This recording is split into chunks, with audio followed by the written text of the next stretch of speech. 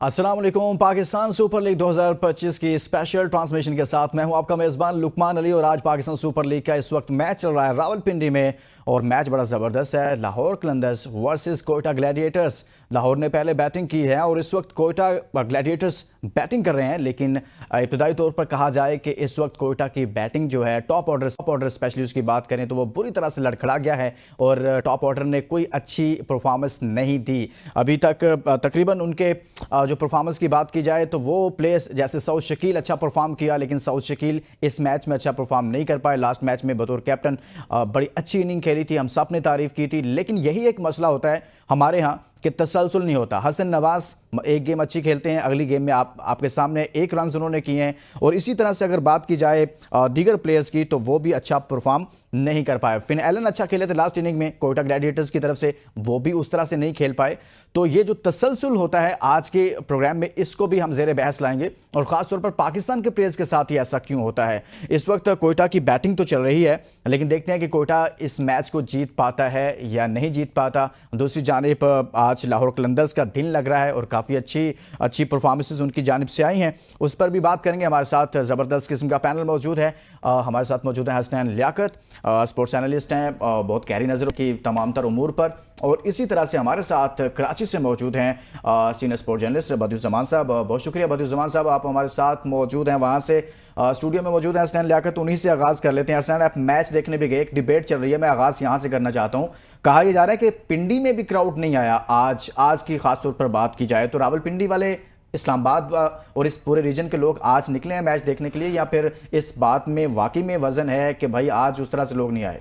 देखिए लुकमान साहब, अभी सबसे पहले तो आपको शुक्रिया। मैं अभी पिंडी स्टेडियम से आ रहा हूँ। अगर पिंडी स्टेडियम की बात कीजिए तो मेरे हिसाब से 70 से 75% क्राउड वहाँ पे मौजूद है।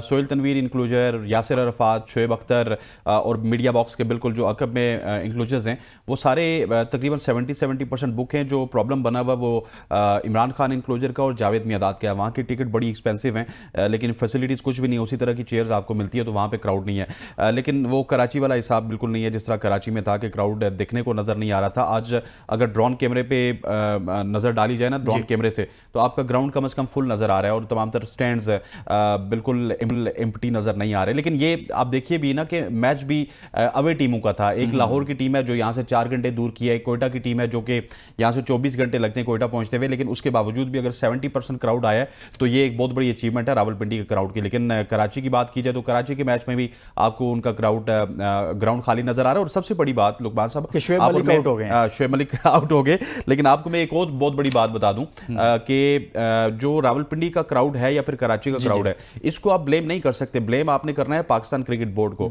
जो टाइमिंग उन्होंने रखी है यार, फैमिलीज के साथ आप 8 बजे आएंगे और आप घर 2 बजे पहुंचेंगे, ये कोई तरीका नहीं है। उसके साथ आप आईपीएल को कंपेयर कर रहे हैं, आईपीएल का मैच 7 बजे स्टार्ट हो रहा है, हम 8 बजे करेंगे। अरे यार, आप 6:30 बजे स्टार्ट कर देते, आप 10 बजे खत्म कर देते अगर आपने आईपीएल को टक्कर देनी थी या टक्कर नहीं देनी थी।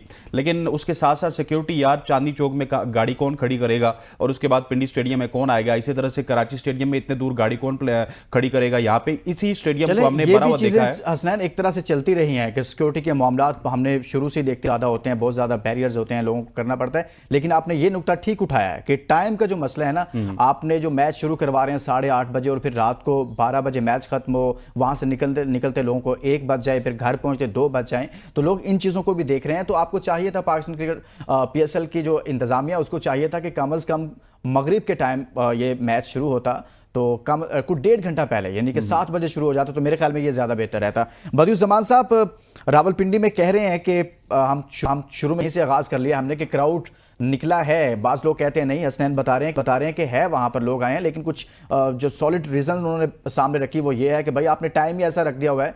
सर, कराची में क्यों नहीं निकला? इस वक्त भी सोशल मीडिया पर बड़ी डिबेट बनी हुई है कि कराची में लोग मैच देखने नहीं आ रहे।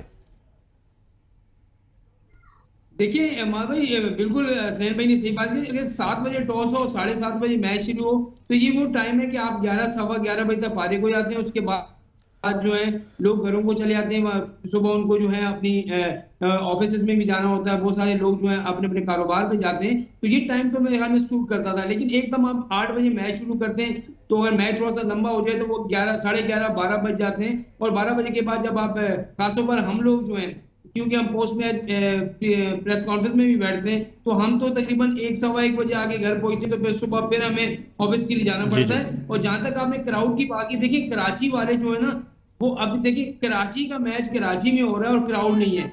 ये आप एक लम्हा फिक्रिया इस वजह से भी है कि लोगों के दिल टूटे हुए। हम तो कहते हैं ना ये पीएसएल, मुझे ये बताएं पीएसएल वो ट्रॉफी है कि जो मुल्तान जीते, कराची जीते, लाहौर जीते, पेशावर जीते, वो यही रहनी है। असल मसला जो फैंस का है वो ये है कि भाई आप चैंपियंस ट्रॉफी क्यों नहीं जीते, आप तीन मुल्क की सीरीज क्यों नहीं जीते, आप एशिया कप क्यों नहीं जीते, आप वर्ल्ड कप क्यों नहीं जीते।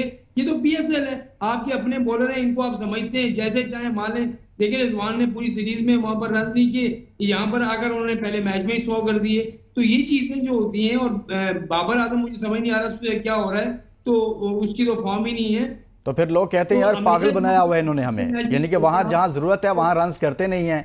और इसके लिए तो वो खुद भी थोड़ा सा बेताब थे। एक दो बात उन्होंने की थी कि हम पीएसएल खेलेंगे, देखें बड़ी अच्छी क्रिकेट खेलेंगे, बड़े पुरजोश हैं। हसनैन, ये कितनी बड़ी वजह हो सकती है कि यार आपकी जो परफॉर्मेंस है पाकिस्तान की, जब आप पाकिस्तान की जर्सी पहन के पाकिस्तान को रिप्रेजेंट करते हैं तो वहां पर आप स्कोर नहीं करते, वहां पर आप मैच नहीं जीते, वहां पर आप बड़े बड़े टूर्नामेंट्स में पहले राउंड में बाहर होते हैं। तो क्या ये भी एक फैक्टर है कि पाकिस्तान सुपर लीग में जो बहुत बड़ी तादाद में हम तवक्को कर रहे थे क्राउड निकलेगा, अगर वो नहीं निकला, स्पेशली कराची की अगर बात करें, तो इसके पीछे ये भी है?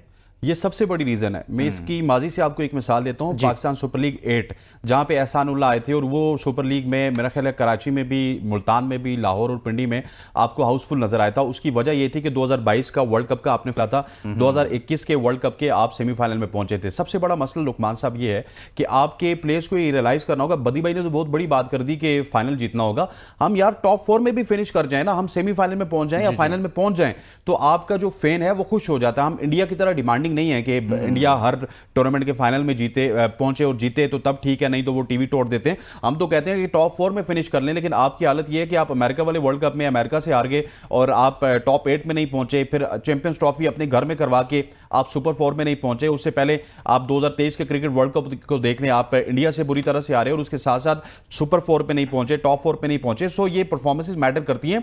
और मैं आपको बताऊं, ग्राउंड में इस वक्त बाबर आजम का कोई खुमार नहीं है।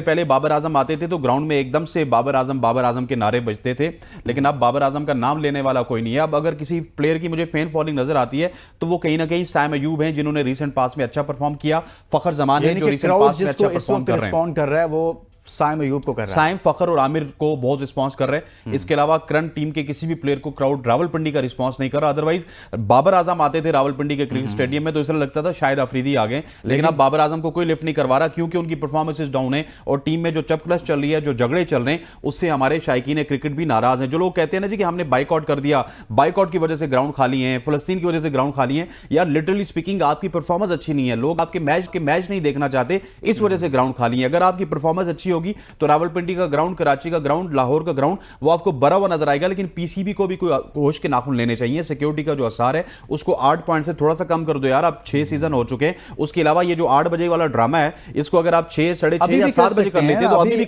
कर सकते हैं। टाइम तो अभी भी तब्दील हो सकता है। इसमें क्या मसला है कि 8:30 बजे आपने एक टूर्नामेंट का आगाज रखा हुआ तो उसे 7 बजे ले जाएं ताकि लोगों के लिए आसानी हो सके। लेकिन दूसरी जानिब अभी इस मैच की बात करें तो इस मैच में इस वक्त बहुत बुरे हालात हो गए हैं, स्पेशली कोयटा ग्लैडिएटर्स के, और 8 खिलाड़ी कोयटा के आउट हो चुके हैं और 108 पर 8 220 रन का टारगेट है उनके सामने। 219 रन पहले लाहौर कलंदर्स ने पहले खेलते हुए बनाए थे और काफ़ी मुश्किलात का शिकार हो गई है इस वक्त। क्या बनेगा इस मैच का, इस पर बात करेंगे। बदियुज़्ज़मान साहब, क्या हो गया है कोयटा ग्लैडिएटर्स को? हमने जो लास्ट मैच कोयटा का देखा था उसमें बड़ी ज़बरदस्त परफॉर्मेंसेज आई, चाहे वो सऊद शकील हो, फिन एलन हो, हसन नवाज हो, ये तीनों ने ही परफॉर्म किया था तो कोयटा ने अच्छी परफॉर्मेंस दी थी। आज क्या हो गया इन सबको?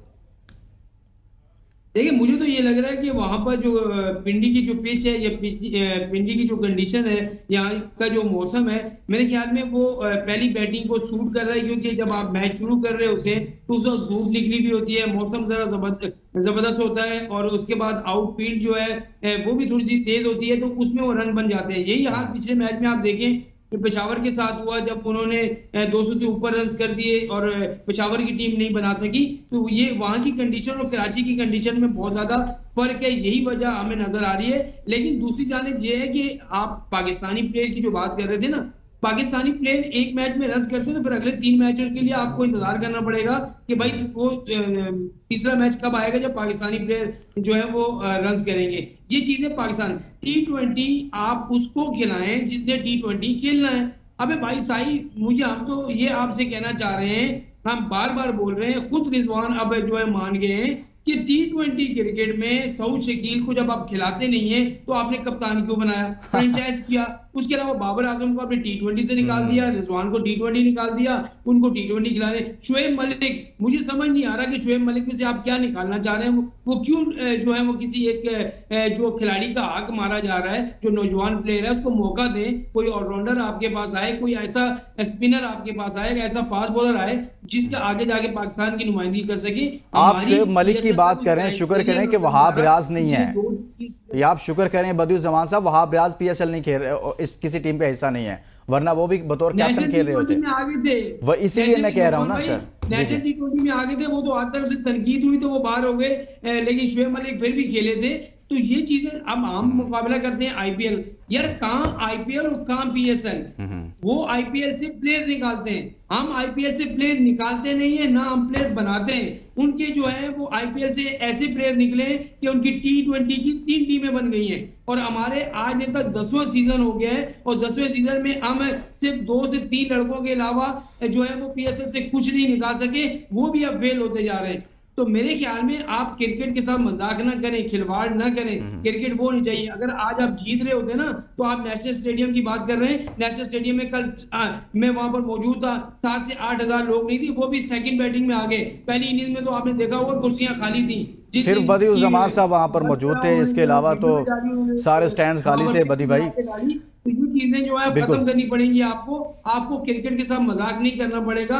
अगर आपने अपनी क्रिकेट को आगे चलते रहने देना है, सही हो गया, म्यार भी बेहतर करना होगा। अगर अपने क्रिकेट को आपने बेहतर ना किया तो फिर ऐसे ही होगा, फिर कहां कहां लेकर जाएंगे। अगर आप ये कहते हैं कि हमने मैचेस इसलिए रावलपिंडी ज्यादा मुंतकिल किया, वहां क्राउड नहीं आता, तो कल रावलपिंडी में भी आपकी परफॉर्मेंस की वजह से ऐसी सूरत हाल हुई तो कहां जाएंगे आप? क्या क्रिकेट बंद कर देंगे? ये बहुत बड़ा सवाल है। इसी दौरान हमारे साथ शाकिर अब्बासी साहब भी आए हैं और शाकिर अब्बासी साहब बहुत शुक्रिया, आप भी हमें स्टूडियो में ज्वाइन कर रहे हैं। सर, हम बात कर रहे हैं कि पाकिस्तानी प्लेयर्स का स्पेशली ये मसला है, मेरे ख्याल में आप इससे डिसएग्री कर सकते हैं कि दुनिया के और प्लेयर्स के साथ भी ऐसा होता है, लेकिन मैं समझता हूँ शायद पाकिस्तान के साथ ज़्यादा ऐसा होता है कि भाई एक प्लेयर परफॉर्म करता है, एक परफॉर्मेंस देता है और अगले 2 से 3 मैचेस के बाद वो परफॉर्म ही नहीं करता। तसलसल क्यों नहीं होता हमारी परफॉर्मेंस में? हम सऊद शकील, हसन नवाज अच्छा परफॉर्म किया, अब क्या हुआ इनको?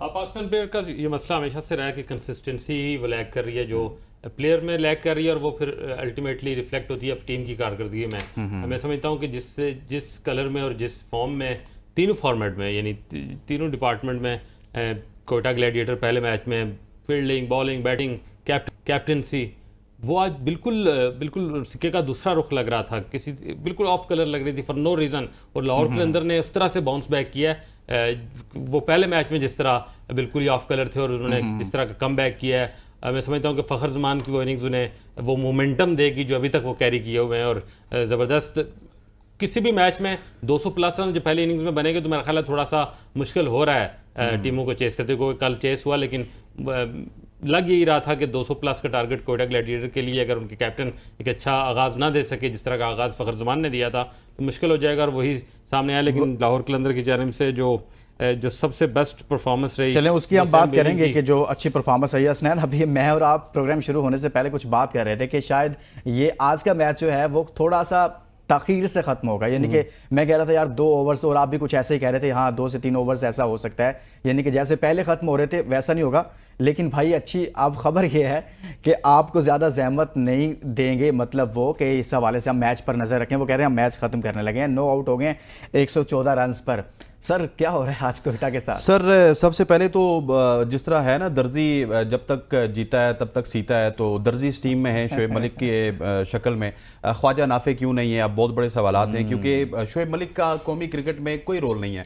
वो 50 लाख रुपया एज ए मेंटोर भी ले रहे हैं और साथ में कोयटा ग्लैडिएटर की टीम में वो खेल भी रहे हैं, बॉलिंग में भी छक्के खा रहे हैं। और बैटिंग में अगर शोएब मलिक की बात की जाए तो उन्होंने कोई खास कमाल मुझे आज करते हुए नजर नहीं आई। 15 गेंदों पे 14 रन बनाए, हालांकि ख्वाजा नाफे होता तो शायद आपको एक लड़का। हसनैन, ये बहुत अहम टॉपिक है और बहुत अहम सवाल है जिसका आप जवाब दे रहे हैं, जिस पर आप बात कर रहे हैं, एक ब्रेक के लिए कहा जा रहा है, ब्रेक से वापस आएंगे तो इसी पर हम बात कर लेते हैं और आप यहीं से आगाज़ कीजिएगा कि शुएब मलिक टीम में मौजूद हैं, लेकिन एक यंग टैलेंट ख्वाजा नाफे जो परफॉर्मेंसेज भी दे रहे हैं वो क्यों नहीं हो सकते। एक ब्रेक के बाद स्टे विद अस।